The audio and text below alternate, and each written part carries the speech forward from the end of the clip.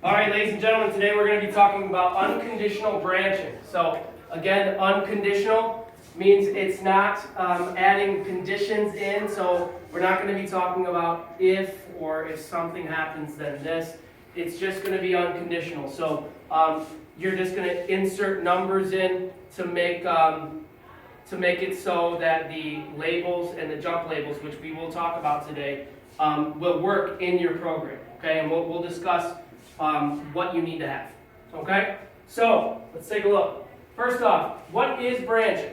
Okay, branching, all instructions can be found under F1 key. Okay, so on the teaching pendant, okay, when you are in a program, you're going to hit the soft F1 key. Okay, that's going to bring up the instruct menu, and that'll give you all your options. Okay, and we'll have several example slides to show you how to get into that. Okay. And you must be in a program while you are using the instruct key, okay? So it wouldn't work if you're just on the, let's say, the main menu, okay? Branching instructions cause the program to branch or jump, okay, from one place in a program to another place, okay? Sometimes you may need to do that when you're working with the Fanuc robot. Maybe you want to skip a couple positions that you have taught. And you can do this using an unconditional branching system, okay? There are three types of branching instructions, okay? One, labels, okay? Those are label definition instructions.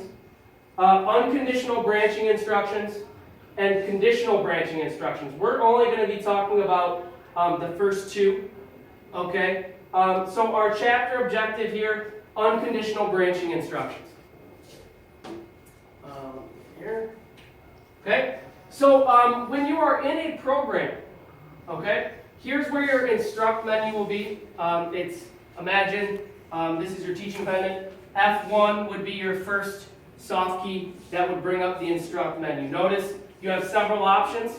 Today we are going to just focus on numbers 5 and 6. Okay, any questions on that whatsoever? No? All good? Okay. Next, the three types of branching instructions that we are going to talk about today: label, jump label. These guys are buddies. They come in pairs. And then finally, a call instruction. Okay, so it's not like a phone call.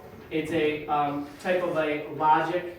Okay, it'll call out to a different sub-program to run when the teaching pendant is instructed to do so.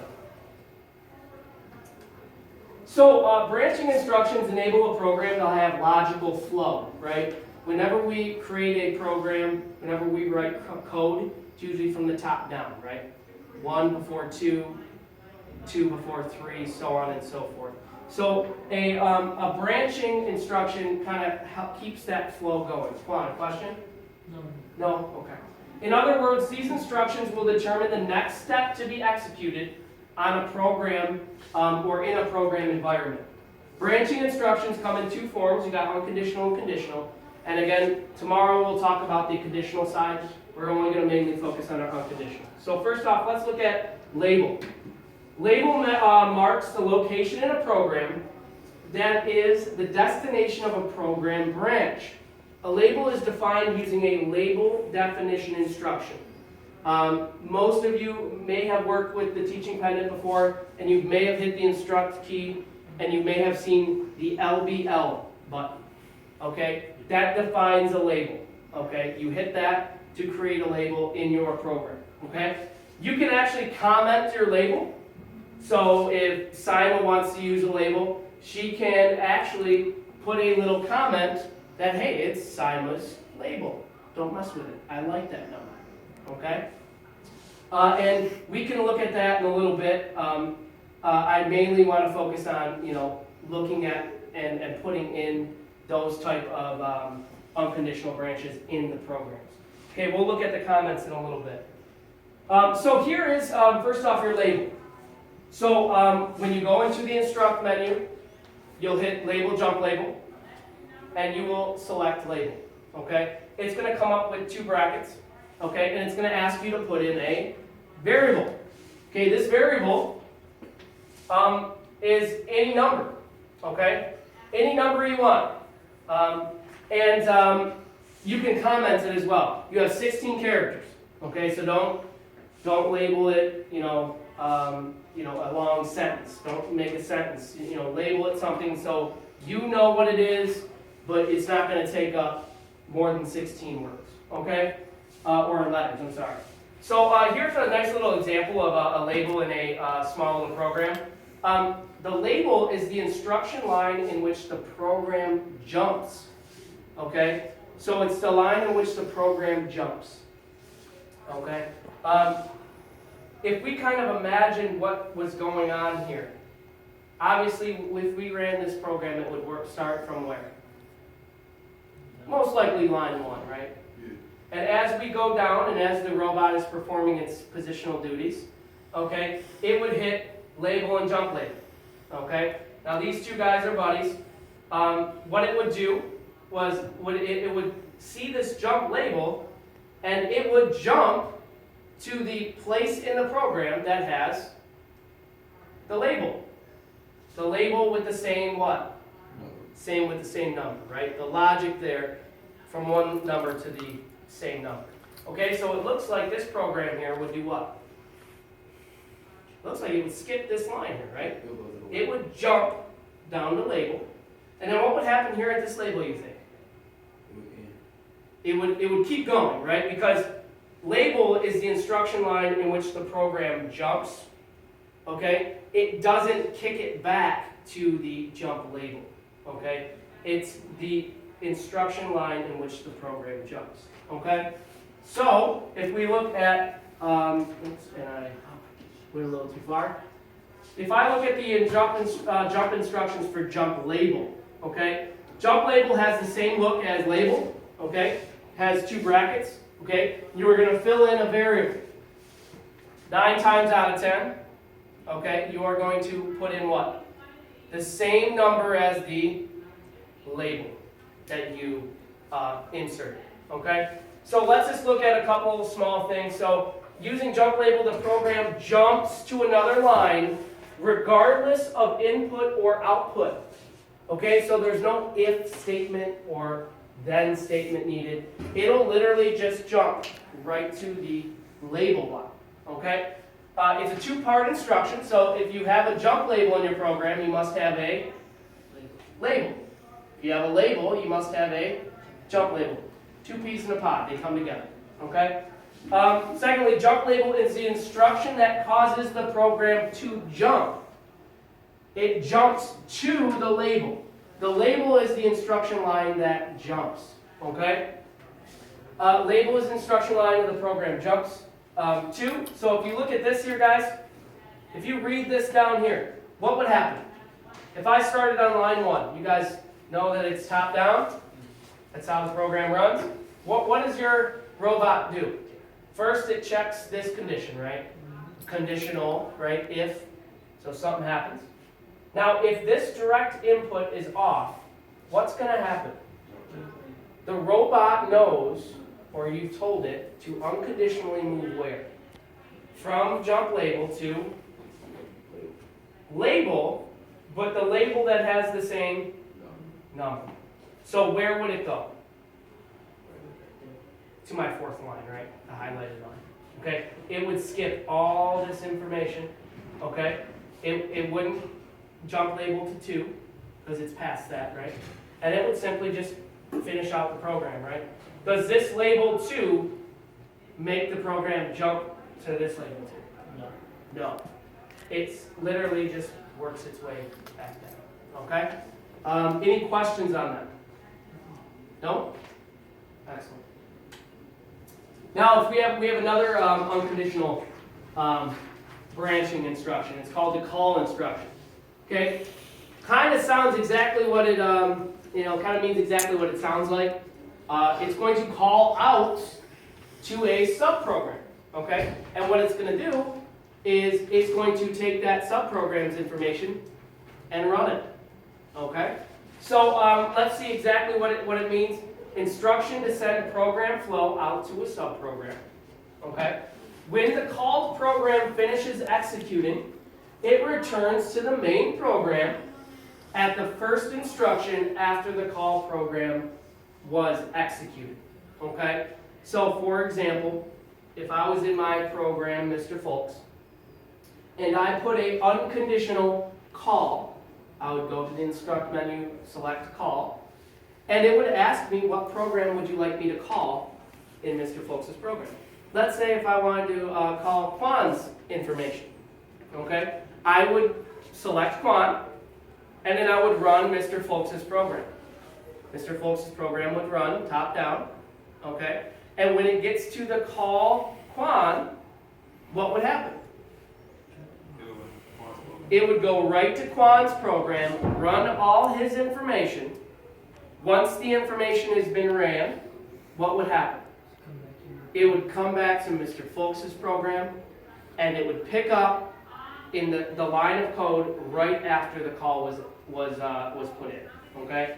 So let's say the call line was number 4. Okay? It would come back into my program and run which one? Line 5. Okay? So call instructions, pretty simple. Pretty simple. And actually, to be honest with you, I believe it saves a lot of time. Okay? Because what if I like Quan's program? Maybe he has a welding program that I really like, and I'm using the same material.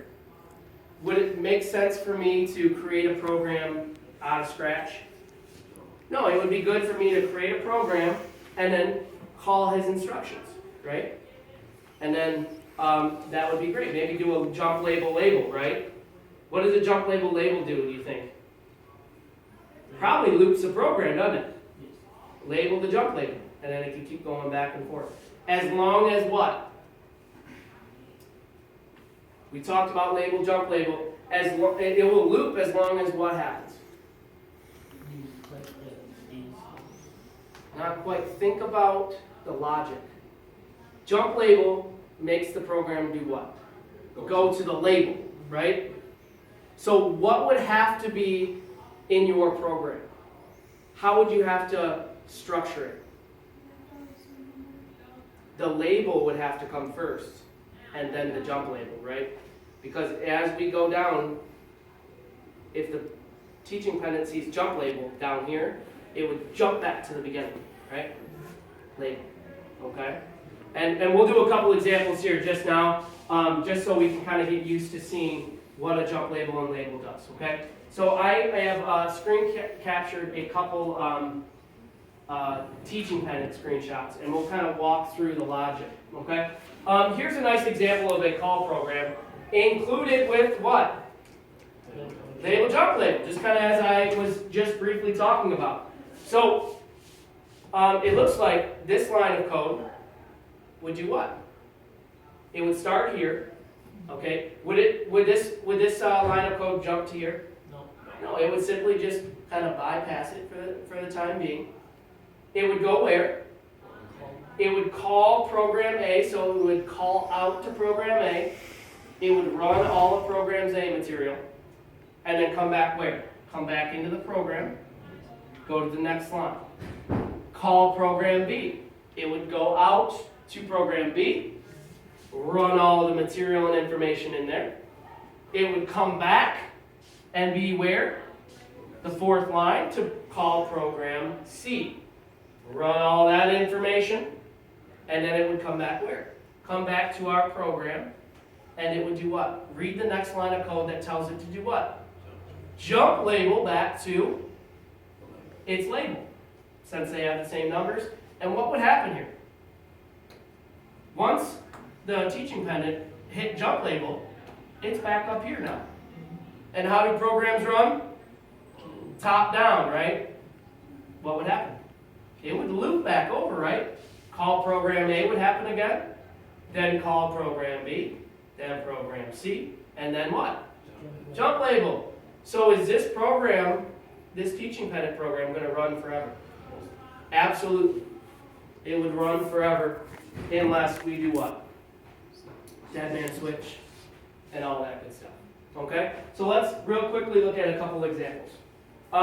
If I looked at this program here, something small, I made a U branch one. Okay? What's happening here? As you can see here, the jump label is before label, isn't it? So what would happen if I ran this program? It would hit jump label and do what? It would skip this two lines of code here. And it would go to label 2, and then do what? Run this information here, right? Is this a looping program? No. It is not, right? Does everyone understand why it's not a looping program? Because we do not have something to kick it back to the top, okay? It's simply bypassing these 2 lines of code. Another example here. Notice here I have a label, then jump label. What's happening here in this program? It's a looping program, right? Because what's happening? As we run, the teaching pendant jumps past this, runs program line 2, runs line 3, hits the jump label, does what? Goes back up, and then what happens again? Does the same 2 lines of code, loop again. So it looks like 5, 6, and 7 will never be what? Never be ran, right? Unless I take out these label jump labels, okay? And then now this one's a doozy. Look at this one. I have several labels and jump labels here, okay? So what's happening here? First off, program reads line 1, jump label 2. So that's telling the teaching pendant to do what? Or the robot to do what? Go right to label 2. And then it's going to do what? Just start running, right? Next line, where would we go? We would go to our circle program that we did in the beginning of the year. And then what would happen? We would go to the circle program. It would go into that program and then come back, go to the next line of code, which is a jump label. And then what would happen? It would run all the way back up to label 3. And then what would happen? We would do what? Call triangle. And then once we call triangle, we come back in and do what? Label 2. Is that gonna make us jump down to 2 or back up to 2? No, it's just gonna run us back down to circle, and then it's gonna jump label again. So what happens here? When I hit this jump label, what happens? It looks like I stay in this circle or this information forever, don't I? What is not happening in this program? What's not being ran? Ever. Lines 8 and 9, right? I have bypassed or looped up from 1 to 7, and I haven't touched 8 and 9, okay? Maybe I'm running a program in a factory that doesn't require positions 8 and 9, okay? A loop, jump label, and a label would be beneficial there, right? Notice, guys, the identification numbers, they have to match, right? Okay, any further questions? Okay, very good. We'll do a couple lab programs after this.